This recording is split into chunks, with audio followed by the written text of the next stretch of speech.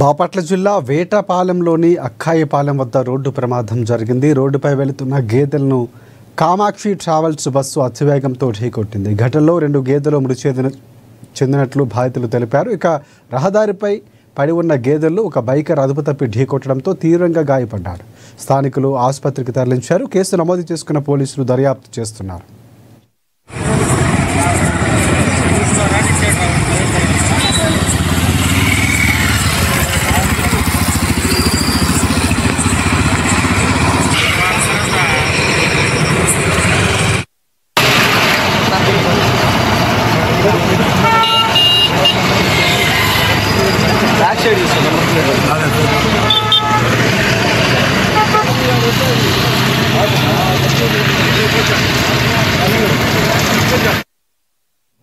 ఇవి